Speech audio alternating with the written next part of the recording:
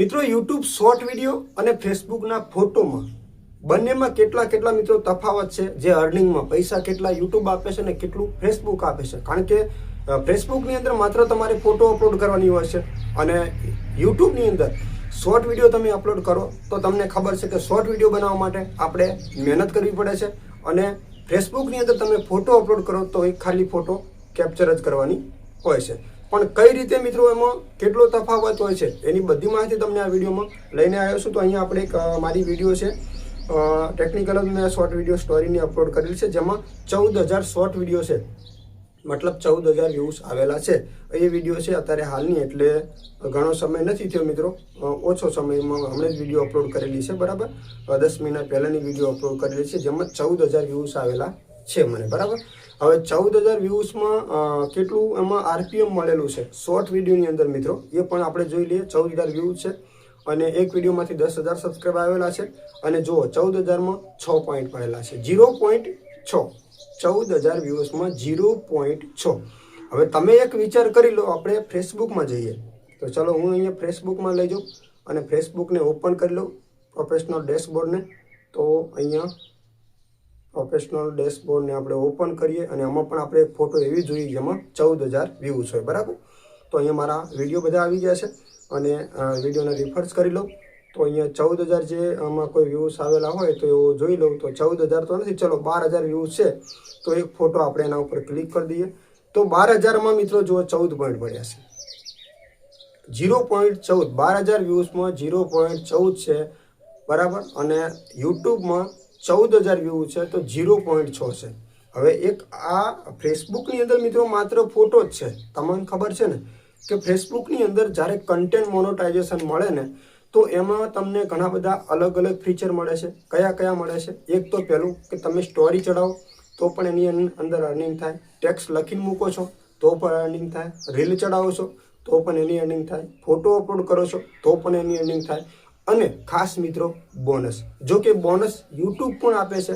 મને ખુદને 2 વખત યુટ્યુબે બોનસ આપેલું છે, $25 2 મહિના પહેલાં, અને એક જ ચેનલની અંદર. એ પણ તમને ખાસ કહી દઉં, યુટ્યુબની અંદર પણ બોનસ મળે છે, એવું નથી કે નથી મળતું, પણ એની અંદર તમારી મહેનત હોય ને તો ચોક્કસથી મળે છે બોનસ. એ વસ્તુ યુટ્યુબ ચેક કરે છે કે કોની ચેનલમાં કેટલી મહેનત છે, ત્યારે તમને બોનસ મળે છે. અને જે ફેસબુક છે એમાં છે ને મિત્રો એક કોઈ ટાસ્ક પૂરા કરવાના હોય છે, કંઈક મતલબ એની ચેલેન્જ હોય છે કે આટલા દિવસની અંદર આટલા વ્યૂઝ આવવા જોઈએ, આટલા દિવસની અંદર આટલા $, બનવા પડે. તો એમાં તમને એવી રીતે મતલબ બોનસ મળે છે. હવે એ તો સાઈડમાં મિત્રો, પણ મેં તમને વાત કરી કે ફેસબુક અને યુટ્યુબ અત્યારે હાલની અંદર તમારે જો યુટ્યુબ હર કોઈ વ્યક્તિ મિત્રો દર મહિનાનું 300 રૂપિયાનું આપણું મોબાઈલનું રિચાર્જ થાય છે, તમને ખ્યાલ જ છે. અને બધા આવનારા સમયની અંદર હર કોઈ વ્યક્તિ મોબાઈલના રિચાર્જમાં મિત્રો છે ને 300 થી 350 રૂપિયા બગાડતું જ હોય છે. પણ મારો કહેવાનો એક જ અર્થ છે મિત્રો કે આપણા મોબાઈલનું રિચાર્જ આપણા ફોનથી જ નીકળે, ફોનમાં જેટલી કમાણી આપણે કરી શકીએ એવું તો આપણે કાંઈક ને કાંઈક કરવું પડે. હવે ફેસબુકની અંદર કન્ટેન્ટ મોનેટાઇઝેશન મળવું જરૂરી છે, બરાબર.